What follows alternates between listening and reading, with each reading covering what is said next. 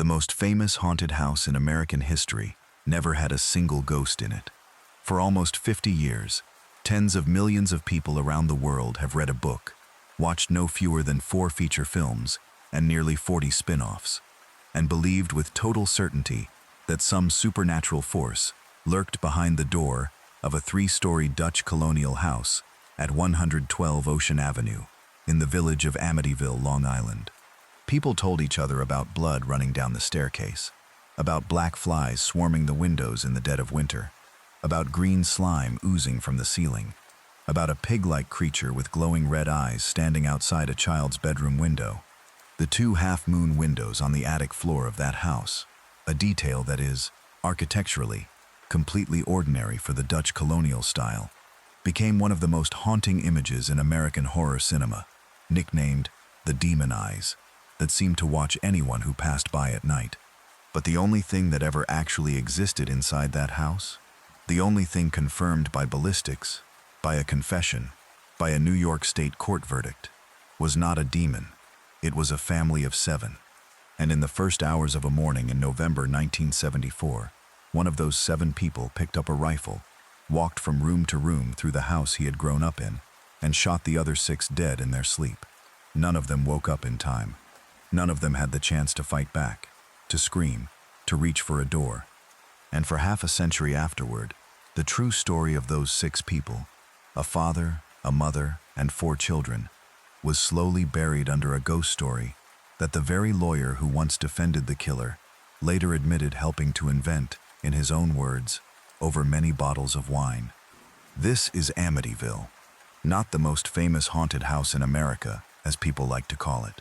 A town where a real tragedy was swallowed whole by a fake legend, and where the truth, in the end, is still more frightening than any ghost story ever written. If you're listening to this to relax, to drift off to sleep, just let the voice carry you along naturally. You don't need to memorize every name or every date right away. The story will lead you there gently, from a quiet morning in a quiet suburb to the moment an entire country held its breath.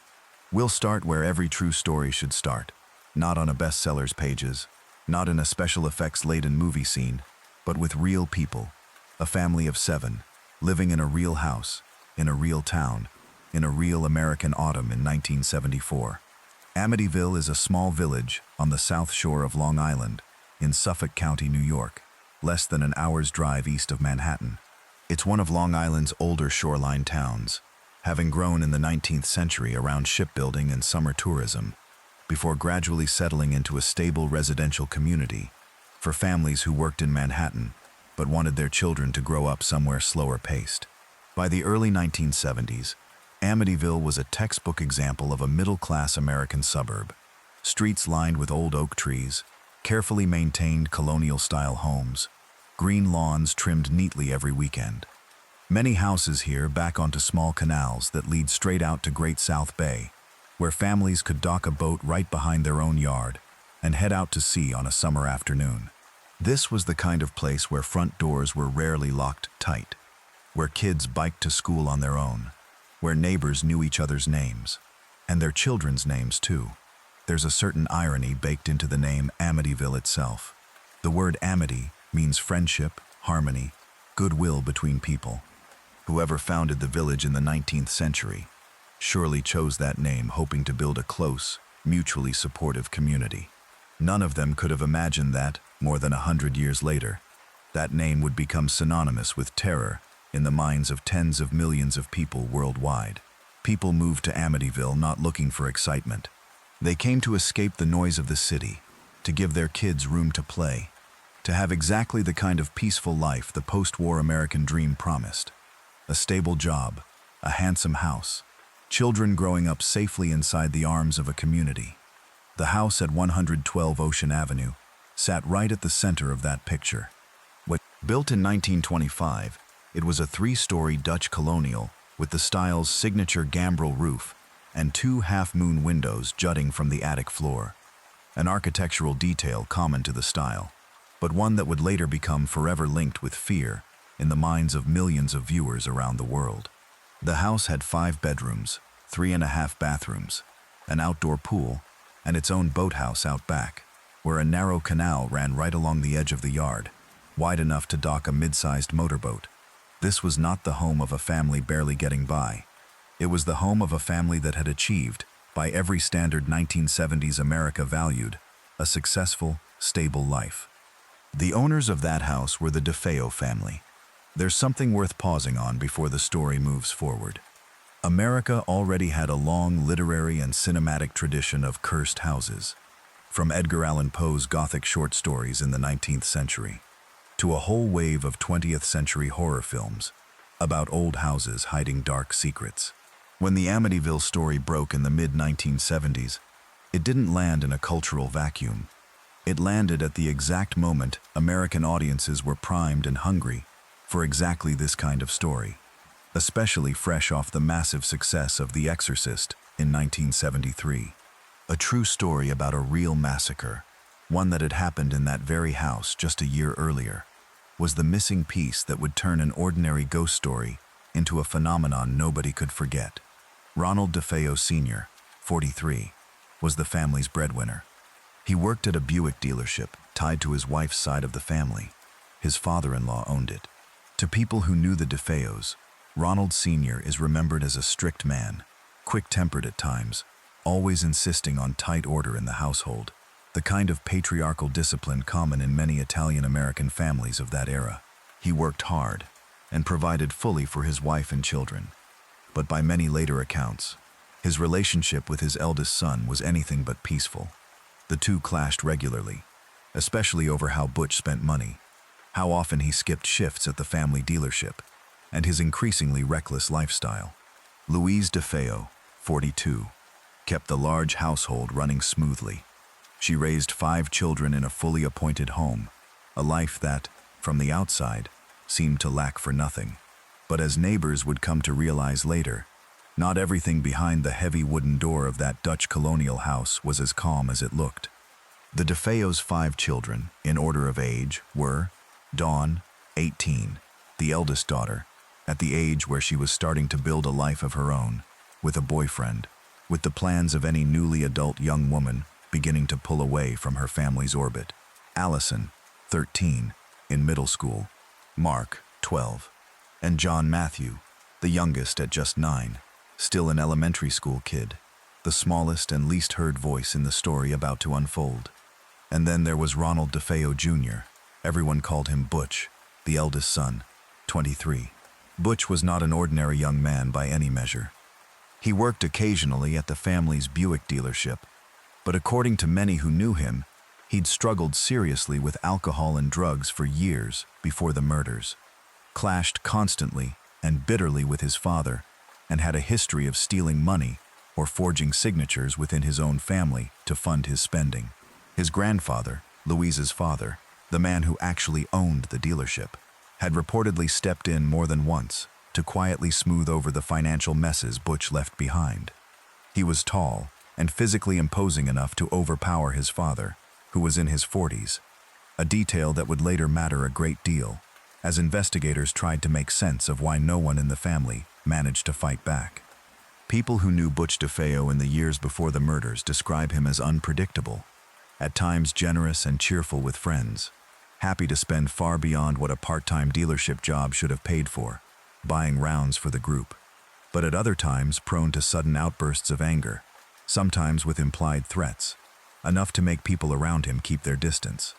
From the outside, the DeFeo family was a miniature portrait of the typical American middle-class household, living in a peaceful town, in a beautiful house, with kids growing up like any other kids. But by the early morning of November 13, 1974, everything ordinary about that picture would end forever, and no one, not even the neighbors right next door, would realize what was happening in time. Inside, the house carried all the markings of a large family actually living there. Family photos lining the staircase wall, a living room sofa wide enough to seat all 7 of them together for TV in the evening, a garage full of newer cars, including the boat the whole family used for weekend outings. This was the image of a family that was living, that was making plans for the future, not the still backdrop of a horror story waiting to be written. No one survived to describe exactly what happened inside the house on Ocean Avenue, in the first hours of November 13th, 1974. What we know has been painstakingly reconstructed from the crime scene, the autopsy results, and finally, from the confession of the one person who lived to tell it, at around 3:15 a.m. that morning, a time that, strangely, will resurface later in this story in an entirely different context.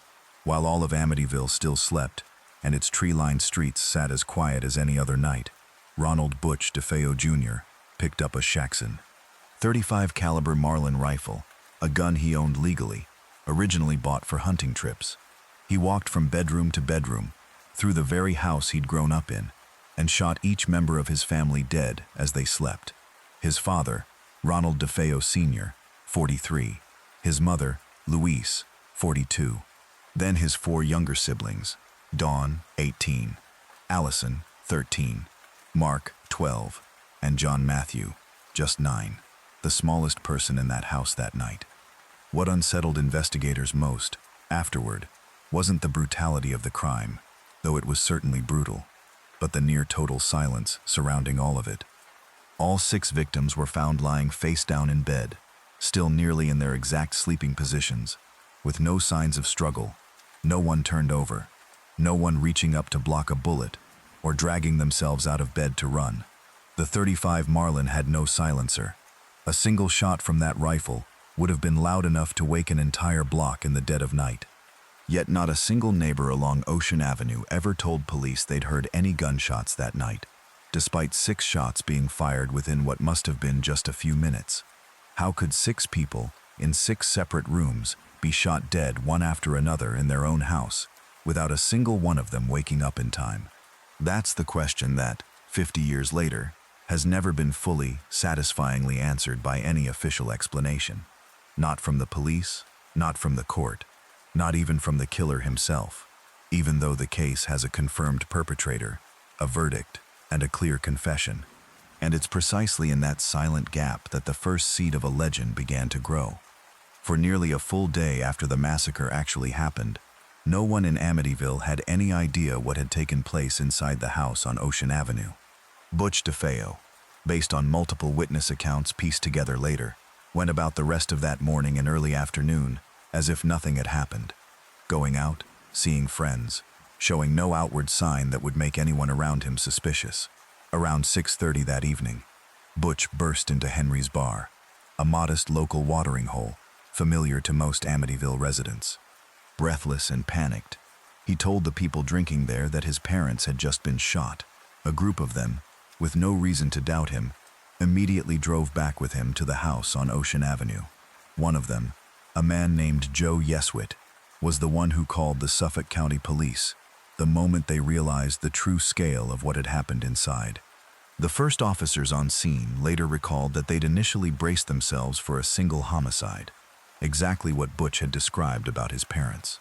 But as they swept their flashlights through the dark house, opening one bedroom door after another, the number of victims kept climbing with every step. 2, then 4, then finally 6.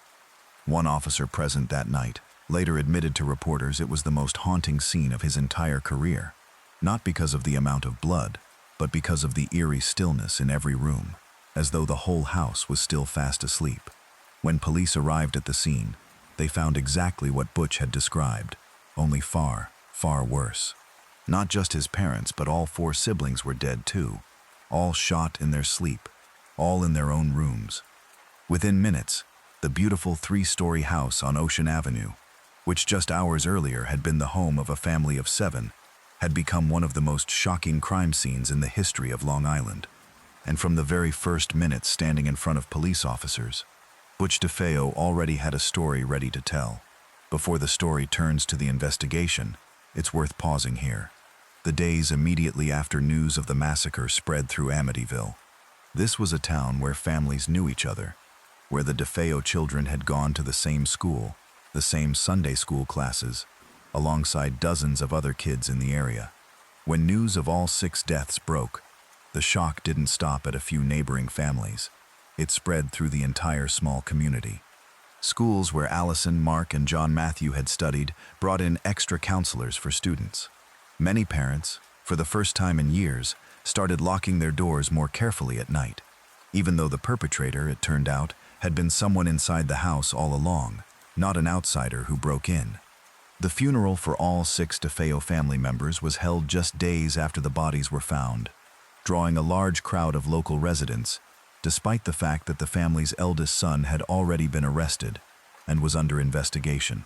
It was a painful paradox the Amityville community had to sit with, mourning 6 people who had died, while slowly having to accept that the person who took their lives was the very son who had grown up among them, gone to church with them, been a familiar face on their tree-lined streets.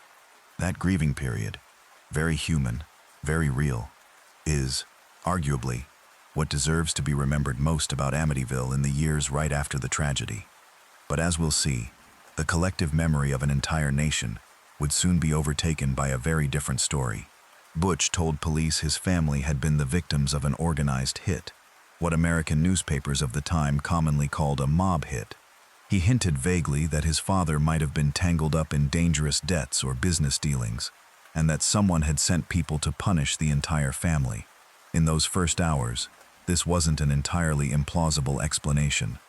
1970s Long Island wasn't short on stories connected to organized crime, and investigators initially took the lead seriously, questioning people who knew about Ronald DeFeo Sr.'s business dealings, checking the Buick dealership's financial records, trying to determine whether any debt or business conflict was serious enough to trigger a massacre of an entire family. But Butch DeFeo's story kept developing cracks that couldn't be papered over. There was no sign of forced entry anywhere in the house. No broken windows, no forced locks, no strange footprints in the yard. A professional organized crime hit, in the experience of seasoned detectives, rarely involves killing all 4 children in the house at once, using the same weapon, in the same repeated method from room to room. And when detectives pressed for more details, who sent the hitmen, why, when exactly he'd found out, Butch's answers began contradicting what he'd said just hours before. Within less than 24 hours of the 6 DeFeo bodies being discovered, investigators no longer believed the mob hit story, and they began treating Butch DeFeo himself, the sole lucky survivor of the entire tragedy, the man who claimed to have found his own parents' bodies, as their leading suspect. On November 14th, just one day after the 6 bodies were found, under sustained interrogation from Suffolk County Police, Butch DeFeo's story finally collapsed completely. The questioning stretched on for hours, detectives repeatedly cross-checking every small detail of his mob hit story against what they'd already gathered at the scene, and piece by piece, the story fell apart under increasingly specific questions. Finally, when asked point-blank whether he knew who had done this, DeFeo is said to have lowered his head and said, almost in a whisper, admitting that he himself was the one responsible. He confessed to being the one who had shot his entire family. He led investigators to a small canal behind the house, where he'd thrown the .35 Marlin rifle along with shell casings and other evidence right after the killings, believing the water would swallow all the proof. Police divers quickly recovered the rifle. Ballistics testing, matched against bullet fragments recovered from the 6 victims, was a perfect match, closing off any remaining doubt about who had actually pulled the trigger. Butch's account of his motive, strangely, remained vague and internally contradictory. He told officers, in words recorded verbatim in the case file, "Once I started, I couldn't stop. It went so fast." But he also offered one more detail, a detail that, 5 years later, would become the seed for one of the best-selling horror books in American publishing history. He said he'd heard voices coming from inside the house, telling him his family was plotting against him and that he had to kill all of them to protect himself. Let's pause on this detail for a moment, because it matters more than most people realize. It was Ronald Butch DeFeo Jr. himself, the confessed killer, not any ghost or supernatural force, who was the first person ever to mention voices inside the house at a 112 Ocean Avenue. That detail, originally just part of a suspect's statement trying to reduce his own criminal culpability, would later be recycled, embellished, and transformed into the foundation of the entire haunting legend we'll return to later in this story. At this point, the case seemed to have a complete resolution. A perpetrator, a weapon, a confession, undeniable ballistic evidence. But a few questions remained hanging, never truly answered to anyone's full satisfaction. And it's precisely in those gaps, not anything supernatural, that fertile ground for every rumor to come was planted. Why didn't a single one of the 6 victims wake up or show any sign of resistance? Even though they were scattered across 6 different rooms and DeFeo needed a certain amount of time to move from room to room. Why did no neighbor ever report hearing gunfire, despite the .35 Marlin having no silencer at all? And above every other question, what was Ronald DeFeo Jr.'s real, underlying motive? Many theories have surfaced over the past 50 years. Some investigators lean toward a financial explanation, that Butch had quietly been siphoning money, forging signatures, and feared his parents were about to discover it, driving him to a desperate act meant to erase all the evidence at once. Others lean toward a psychological one, that years living under a strict father's control, compounded by prolonged alcohol and drug use, had built up enough resentment to explode into extreme violence. There's also a theory that it was simply an acute drug-induced psychotic episode, though, as we'll see in the trial section, that theory failed to convince the jury. Another theory, floated by some independent investigative journalists over the decades but never officially confirmed by police, is the possibility that DeFeo didn't act entirely alone, that someone else may have assisted him that night, even without pulling the trigger themselves. This theory rests partly on how unusually calm DeFeo appeared in the time between the killings and running to the bar to report it, a gap some believe was long enough to raise questions about whether anyone else had been in the house. However, no concrete evidence, an unidentified fingerprint, a second person's DNA, a witness statement, has ever surfaced to support this theory. And DeFeo himself, across every version of the story he told over the following decades, never consistently claimed a real accomplice existed. As for why none of the victims woke up, some forensic investigators later offered a more technical, rather than supernatural explanation. DeFeo most likely started with his father first, the only person in the house capable of real resistance if he woke in time, while the rest of the family remained deep asleep in other parts of the large house, meaning the sound of the first shot wasn't enough to wake them before DeFeo could move on to the next room. This theory doesn't explain everything, but at least offers a far more reasonable framework than the mystical speculation that would follow. No official answer. Not from the investigative team, not from the court-appointed psychiatrists, not from the American public following the case through the press, ever fully satisfied everyone. And in exactly that gap left by a motive that was never clearly explained, people began to invent one. Because if ordinary reasoning couldn't account for how a young man could quietly take the lives of his entire family, in just a few minutes, without a single loud commotion, without any resistance, then surely there had to be another explanation, one lying outside the boundaries of ordinary human understanding.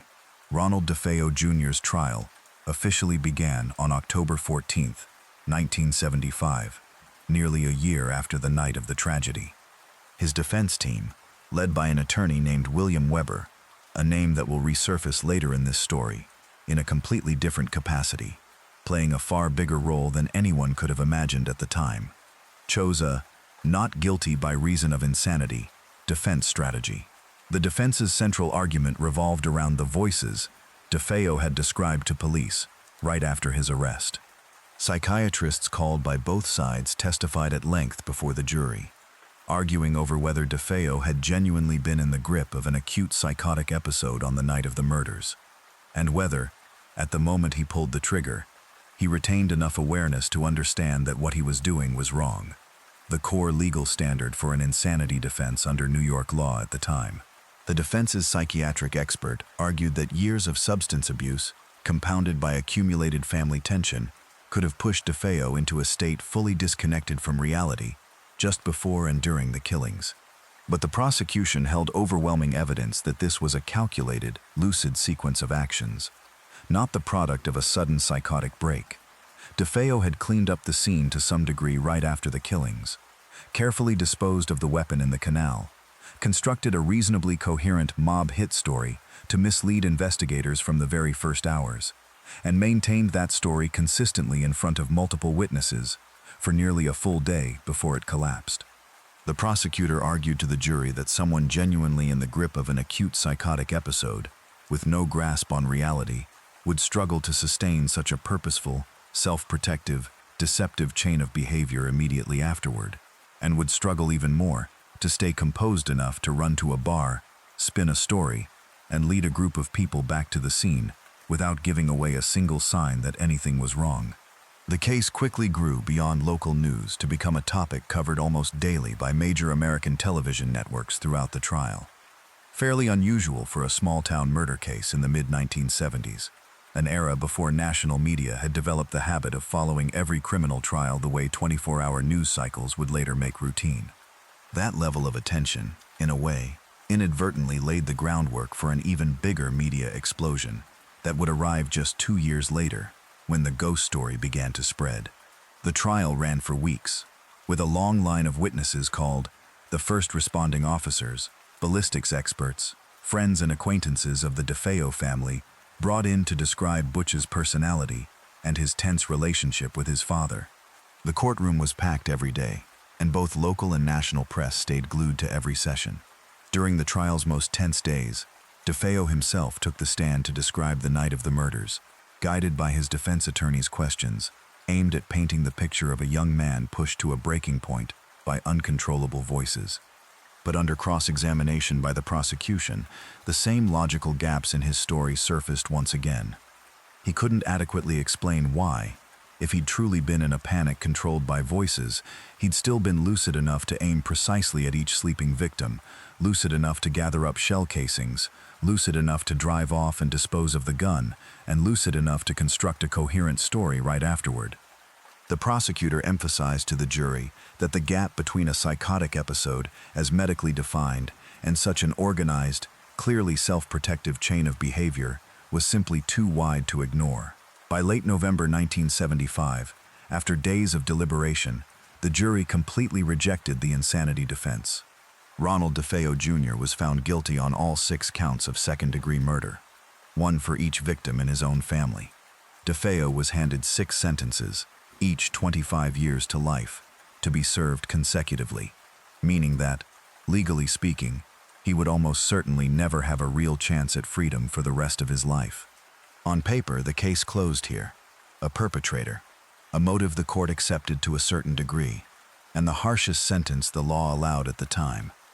But the real story of Amityville, the one that would turn this small town's name into a permanent fixture of global pop culture, had, strangely enough, only just begun.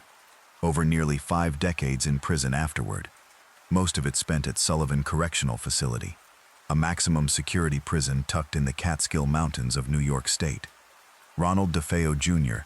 never really stopped changing his own story. Every couple of years, whenever a parole hearing came around, he'd show up before the board with a version of events that differed, more or less, from the last one. At times, he'd swing back to insisting he'd acted entirely alone, exactly as in his original confession, expressing what he called remorse. But at other times, he offered a completely different, far more shocking version. That his sister Dawn, the 18-year-old girl everyone, family and friends alike, described as gentle and unlikely to cause trouble, had actually been the one who fired the shots that killed some family members after a fierce argument with their father, and that he had only finished Dawn off afterward, either in a panic or in self-defense. At other points still, he blamed mysterious, never identified accomplices who he claimed had been in the house with him that night. While in prison, DeFeo was also said to have spent time reading about occult and esoteric subjects, a detail that believers in the Cursed House version of the story would later cite as indirect evidence, though it proves nothing whatsoever about the night of the 1974 murders itself. Every couple of years, whenever DeFeo appeared before the parole board, Long Island papers would run a story on the latest hearing, and almost every time, the outcome was the same: parole denied, with the board's stated reasoning consistently centered on the fact that DeFeo had never shown a consistent acceptance of responsibility, never offered a coherent explanation the board could accept as the final truth. For the surviving family members, relatives on the mother's side, old family friends, every time DeFeo resurfaced in the news, even just to be denied parole once again. It reopened an old wound. Every new version of the story was taken seriously by investigators, lawyers, and the press alike, because if any detail in it were true, it could open the door to an appeal. But each time, these versions failed to hold up against the mountain of physical evidence firmly established back in 1974. Fingerprints, ballistics, time of death, established through autopsy, and DeFeo's own original statement, given while the case was still fresh, before he'd had time to work out more elaborate stories. Not one of those later versions was ever proven true. Ronald DeFeo Jr. died on March 12, 2021, at a hospital in Albany, New York, after being transferred from prison due to seriously deteriorating health. He, by then a 69-year-old man who had spent nearly half a century behind bars, died without ever having offered a complete explanation for his motive in killing his entire family, one that investigators or the public could fully trust and accept. Ironically, according to New York State Corrections records, DeFeo was eligible for a parole hearing that very July, just months after he died in the hospital. Half a century after the massacre, the question of why, the question that should have been at the center of this whole story, has never truly been closed. But by the time DeFeo died, almost no one in the world remembered him primarily for that question anymore. They remembered him, or more precisely, remembered his house, because of an entirely different story that emerged just over a year after his conviction. The house at 112 Ocean Avenue, once no one in the DeFeo family could continue owning or living there, went up for sale on the real estate market for $80,000, well below its actual market value at the time. That's not hard to understand.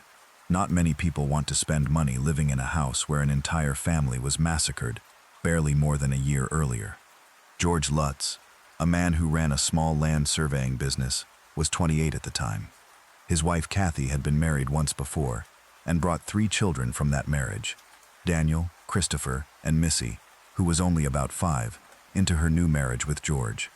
For a still young blended family, moving into a spacious, affordably priced house, with room for all 5 of them, must have felt like an exciting decision at the end of 1975, before everything, according to their later account, turned into a nightmare lasting 28 days. In December 1975, the Lutz family moved in, even buying some of the DeFeo's old furniture for $400, including some pieces that had once belonged to the deceased victims. But the Lutz family only actually lived in that house for exactly 28 days. According to what they described afterward, in press interviews, and especially in the 45 hours of audio recordings they gave to a writer named Jay Anson to turn into a book, the house began attacking their family almost from the very first days after they moved in.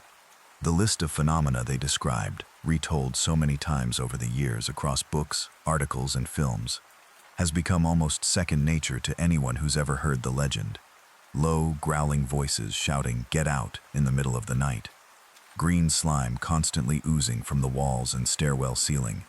Thick swarms of black flies clustering on the sewing room windows in the dead of a New York winter, a time when flies shouldn't naturally be able to breed at all. Mysterious black stains appearing on the toilet bowl and other ceramic fixtures in the bathroom. And, notably, George Lutz claimed he woke up like clockwork at exactly 3:15 every morning, a strange coincidence with the time police believed the DeFeo family had been murdered a year earlier. According to the sequence the Lutz family described, the strange phenomena didn't arrive all at once but escalated gradually week by week. In the first week, it was small, easy to dismiss things.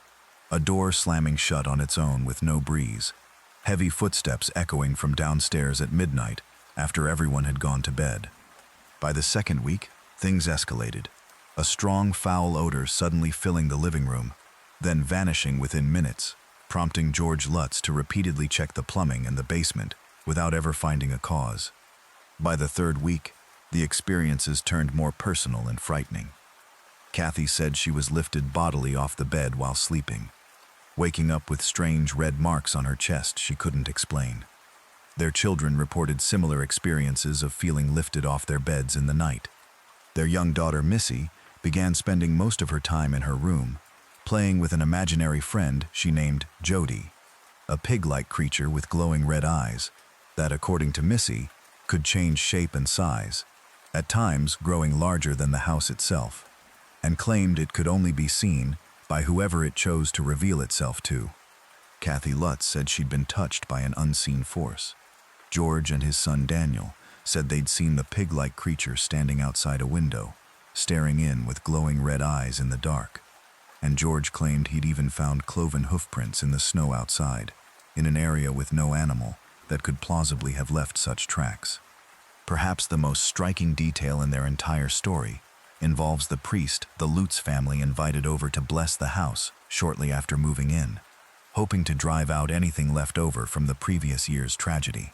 According to their account, in the middle of the blessing, the priest heard a strange voice order him to get out of here immediately, and from that point on, he refused to ever set foot in the house again, though he remained reluctant to publicly confirm every detail to the press.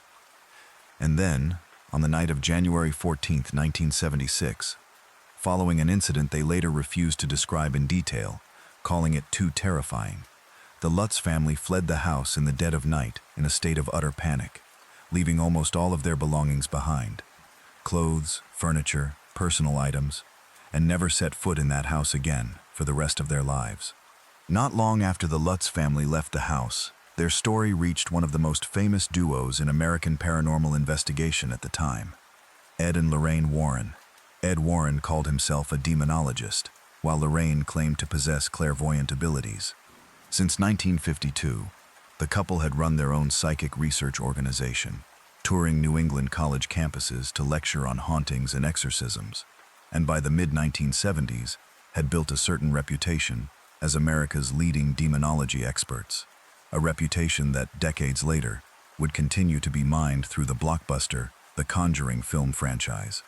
The Warrens, along with a group of reporters and other psychic researchers, conducted an investigation right inside the house on Ocean Avenue, even though the Lutz family themselves refused to go back inside during the process. According to the Warren team's own account, while performing certain religious rites in the basement, Ed Warren was pushed to the floor by an unseen force. Lorraine Warren said she felt an overwhelming demonic presence, along with images of the DeFeo family's bodies lying on the floor under white sheets flashing through her mind. The investigation team also released a photograph they said showed the blurry outline of a young boy peering down from the second floor.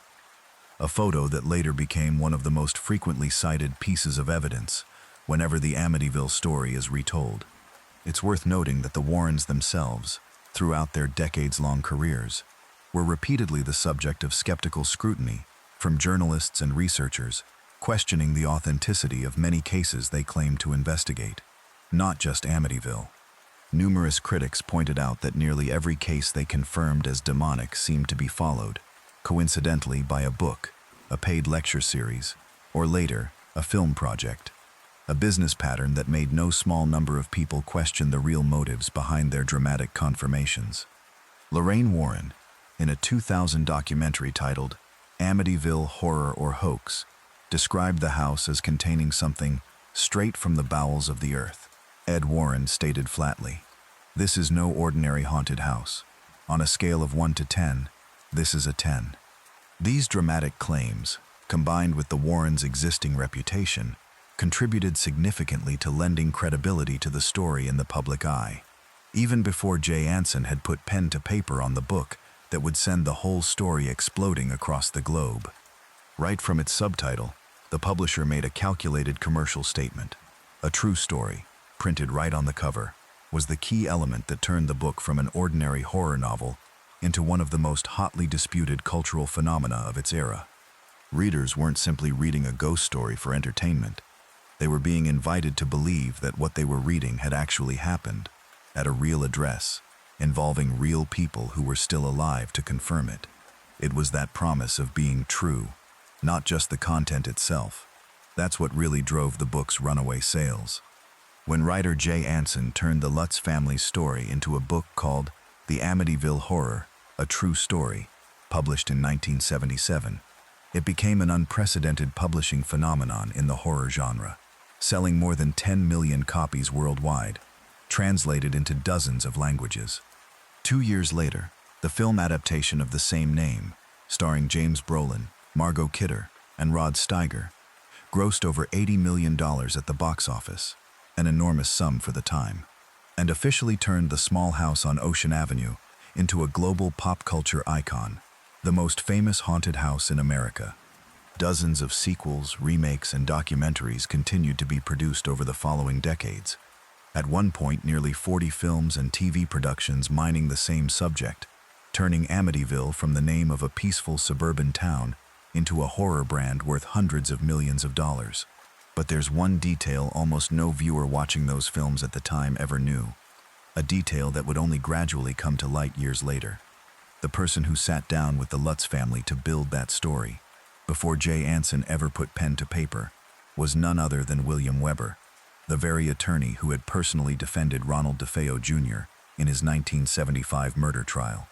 By 1979, once the working relationship between Weber and the Lutzes fell apart over a financial dispute involving book royalties, Weber later even filed a $2 million lawsuit accusing the Lutz family of reneging on their original profit-sharing agreement.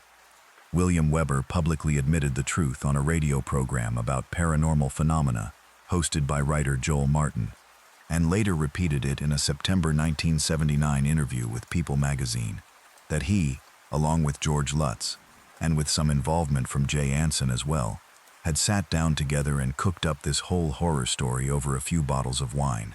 Inspired by the massive success of The Exorcist a few years earlier, Weber recounted that he'd fed George Lutz a number of real details about the DeFeo family, including one very mundane detail. There had been a chubby neighborhood cat that used to hang around the DeFeo house, sitting and staring through the windows. Affectionately nicknamed Pig by people in the neighborhood, which George Lutz then transformed into Jody, the demon pig with glowing red eyes that haunted the family for 28 nights. We took real-life incidents and transposed them, Weber admitted again in a separate 1988 interview.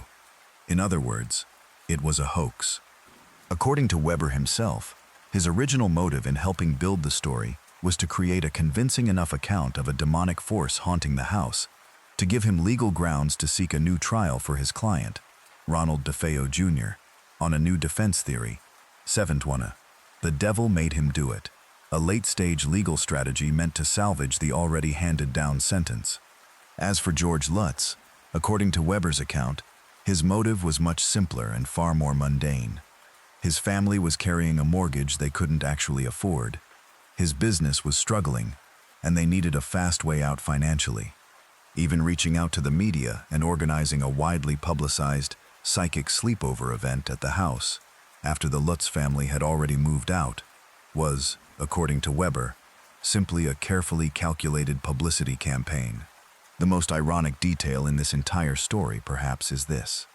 Even Ronald DeFeo Jr. himself, the first person to ever mention voices in the house to defend himself in court, later, from prison, spoke up to deny the entire haunting legend that had grown out of his own testimony. In a handwritten letter later made public, DeFeo wrote bluntly, "Amityville was a hoax that Weber and the Lutzes started. Yes, to make money. It started as my trial was in progress. The killer, the one person who had actually been inside that house on the night in question, turned out to be one of the most emphatic voices, insisting there had never been any ghosts there at all. Perhaps the most remarkable thing isn't how successful that first 1979 film was, but how the entire American entertainment industry kept mining the name Amityville for nearly 50 years afterward, even as most of the films carrying that name had nothing left to do with the real house, the real DeFeo family, or the real Lutz family at all. From a 1982 prequel dramatizing the DeFeo massacre itself in an entirely fictionalized way, to dozens of direct-to-DVD films in the 2010s that simply borrowed the Amityville name to slap onto completely unrelated ghost stories, the real house on Ocean Avenue became, essentially, little more than a brand name, a marketing keyword guaranteeing ticket sales, rather than something tied to any specific historical event. By 2013, even the Warren couple was brought back to the screen through the Conjuring franchise, a separate cinematic horror universe that built up Ed and Lorraine Warren as heroes, who traveled around rescuing families from hauntings, with the Amityville case often cited as one of the standout achievements of their career. For millions of younger viewers, this was often their very first introduction to the name Amityville, not through an article about the 1974 massacre, but through the cinematic image of paranormal investigators, whose own professional credibility had already been questioned by no small number of journalists and scientists throughout their careers. In other words, over time, even the legend itself had been commercialized yet another layer deeper, drifting further and further from both the real massacre and the original hoax the Lutz family told. The 6 real victims of 1974 receded one step further into the shadows of history, while the name Amityville kept generating revenue from one film project to the next. Independent investigations conducted over the following years, especially the thorough work of paranormal researchers Stephen and Roxanne Kaplan. Ironically, the two had originally wanted to get involved in profiting from the Amityville story themselves, before becoming its most vocal skeptics, pointed out, one by one, a long list of implausible and contradictory details in the published story. Jay Anson's book described the front door being knocked completely off its hinges, along with severe damage to numerous other doors and windows. But when independent investigators inspected the actual house, all those doors and windows were found completely intact, with no matching damage whatsoever. The book described a mysterious red room hidden in the basement, said to have once hosted occult rituals before the DeFeo family moved in. But in reality, it was just a small nook the DeFeo family had used to store their children's toys, a space far too small to have ever held any kind of ritual as described in the book. Even the Jody the Demon Pig character, as mentioned earlier, was admitted by the very person who helped build the story to have been nothing more than an exaggerated neighborhood cat. The Kaplans also found that many details across the Lutz family's various retellings, in newspapers, on television, in the book itself, didn't fully line up in terms of timeline or the severity of each phenomenon, something rarely seen with genuinely traumatic experiences, which tend to stay vivid and consistent in a person's memory, but very common in stories that are built and gradually revised over time to serve media purposes. The respected fact-checking site Snopes, after years of reviewing the entire case from multiple sources, ultimately reached a blunt, unambiguous conclusion that the claim, the Amityville horror, was based on true events, is completely false. Put another way, as simply as possible, the most famous haunted house in American history, based on every credible piece of evidence humanity has managed to gather, likely never had a single ghost in it at all. That story was deliberately constructed by the very person who once defended the man who killed 6 people inside that house, in service of a legal strategy to save his client, and in service of a very real, very specific book royalty check, landing in the pockets of the people still alive. Of course, reality isn't as simple as a single confession closing the book on everything. George and Kathy Lutz, until the end of their lives, never officially retracted their account. In June 1979, both underwent a polygraph test administered by 2 of the country's leading experts in the field, and the results showed they were not lying in recounting their experiences, though the scientific community has long debated the actual reliability of this method, which can be fooled by a subject's own strong subjective belief, rather than necessarily reflecting what actually happened. In an interview for a documentary in 2000, George Lutz said, "I believe this has stayed alive for 25 years because it's a true story. It doesn't mean that everything that's ever been said about it is true, but it's certainly not a hoax." He held that position until he died. By 2011, 36 years after the Lutz family fled the house, Christopher Lutz, one of their children, by then fully grown, publicly acknowledged for the first time that he still remembered hearing voices and seeing shadowy figures in the house that year, but also confirmed that many details in Jay Anson's book had been embellished quite a bit, beyond what his family had actually experienced during those brief 28 days. As for the house's subsequent owners, and over the nearly 50 years since, quite a few other families have lived there. All of them have consistently denied ever experiencing anything supernatural or unusual during their time in the house. The only thing they've genuinely had to deal with, year after year, is long lines of cars and curious onlookers, even uninvited documentary crews, regularly stopping right in front of the house just to photograph the now world-famous half-moon windows.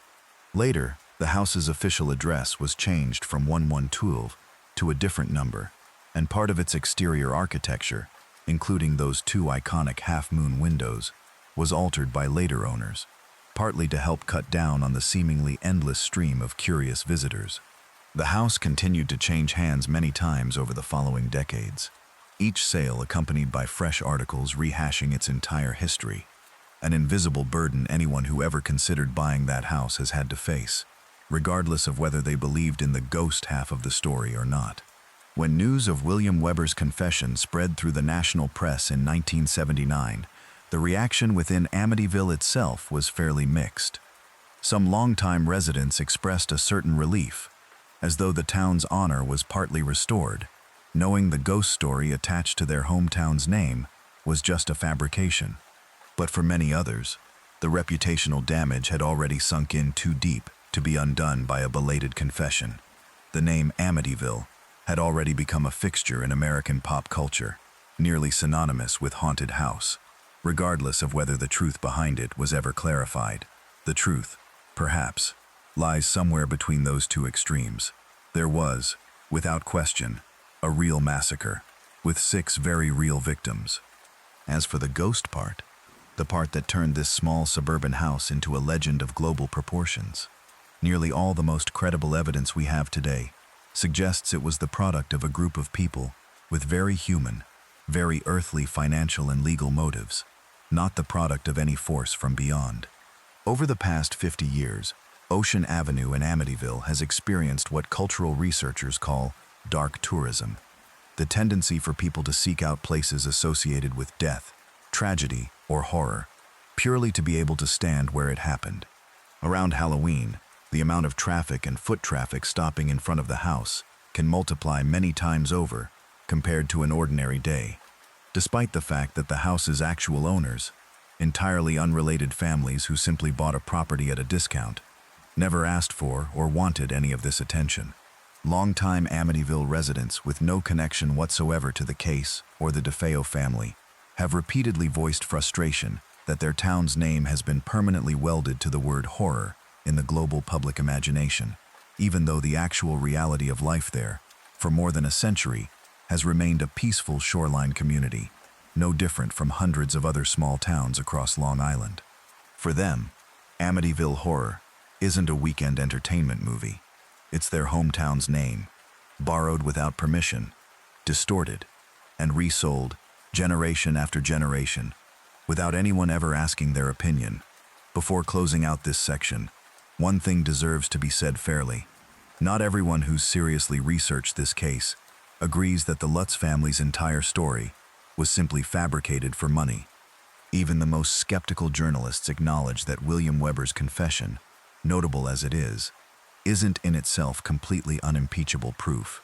After all, Weber was a lawyer in the middle of a financial dispute with the very people he was accusing, and his own personal motives for making that confession deserve just as much scrutiny as the Lutz family's original motives did.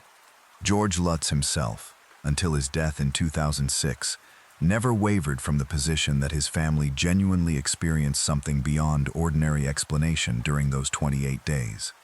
Even as he candidly admitted that some details in the book and film had been exaggerated well beyond reality for storytelling purposes.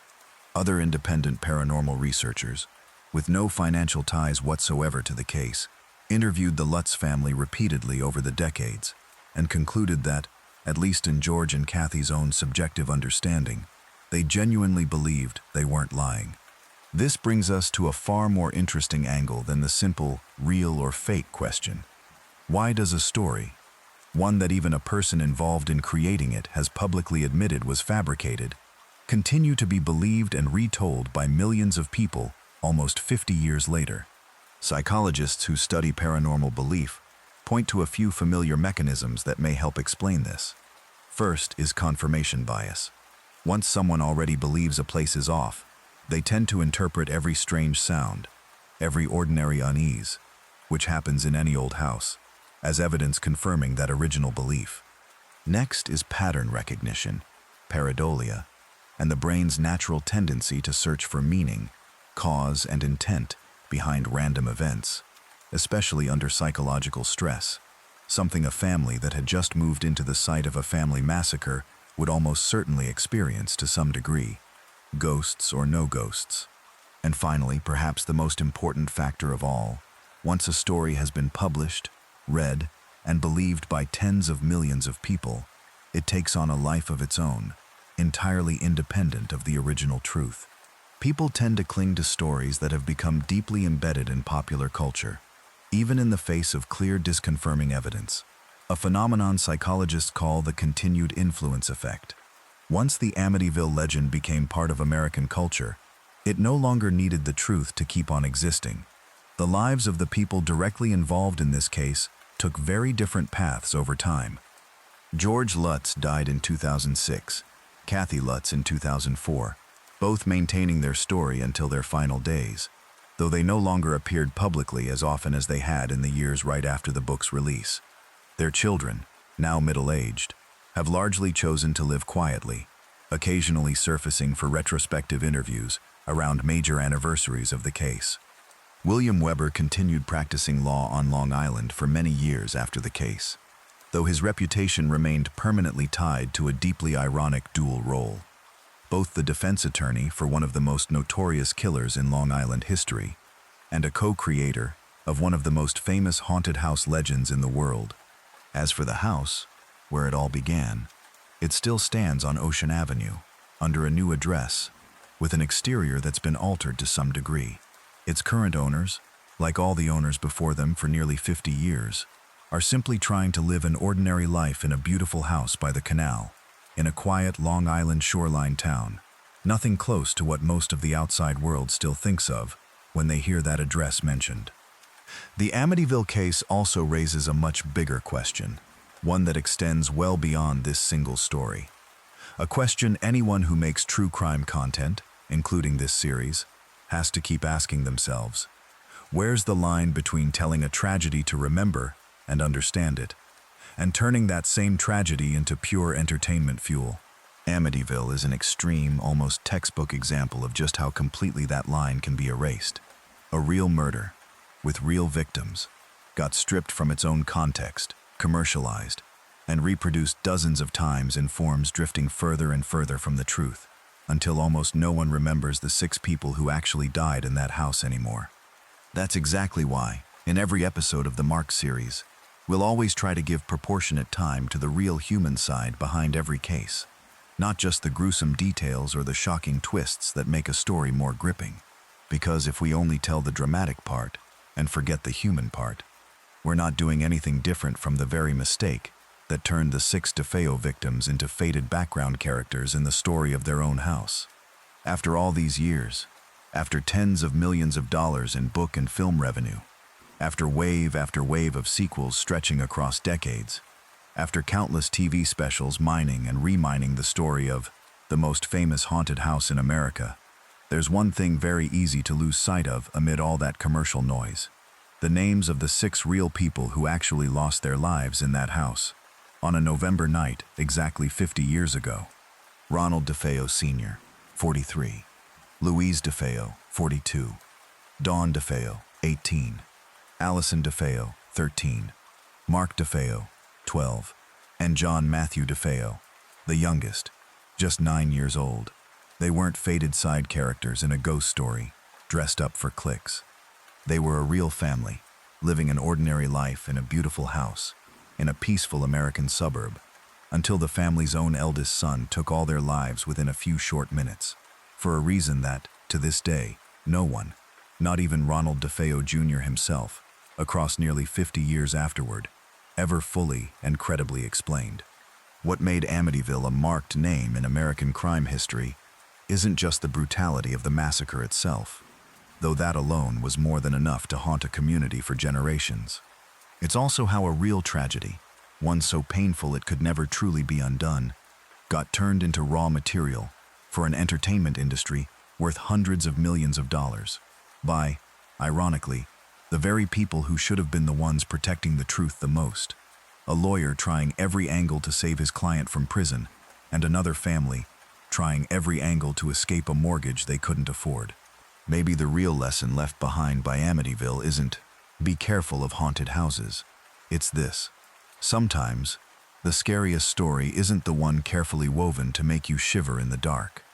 It's the true story, very ordinary, very human, about what one person is capable of doing to the people they're supposed to love the most, and about how easily that pain, once no one is left strong enough to defend the memory of the dead, can be turned into merchandise.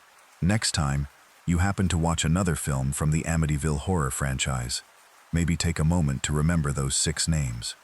Not ghosts, not demons wearing human faces, just an ordinary family who once really lived and loved each other in that very house, and who deserved to be remembered for exactly that, for who they really were, not just for a legend that grew out of their own graves. That's also why this series is called Marked, not because the places we'll visit are literally cursed, but because each one has been permanently branded in a nation's collective memory by a single event, usually a painful one, and the way society handles that memory afterward, sometimes with genuine remembrance, sometimes by turning it into a product for profit, says a great deal about us, the people telling and retelling these stories decades later.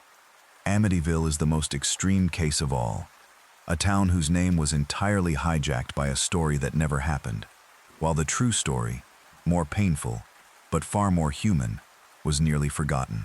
Not every place in this series will follow the exact same pattern as Amityville.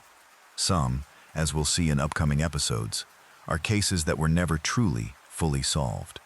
Some involve an entire community that chose, together, to protect a shared secret through silence. Some involve a single moment of violence that permanently changed the way America thinks about the safety of the children in its own neighborhoods. But the thread running through every episode of this series will always be the same. Behind every place name that's become marked, there are always real people with real names who deserve to be told about honestly, not just as a gruesome detail to drive views. This is the first episode in the Marked series. Each episode will visit a different corner of America that's been permanently marked by a case that once haunted an entire community. If you want to hear about the next place, don't hesitate to drop a like. Every like genuinely gives me more motivation to keep digging through the research, cross-checking multiple sources, and telling stories like this as honestly and respectfully as possible, instead of just sensationalizing someone else's pain. See you at the next Marked place.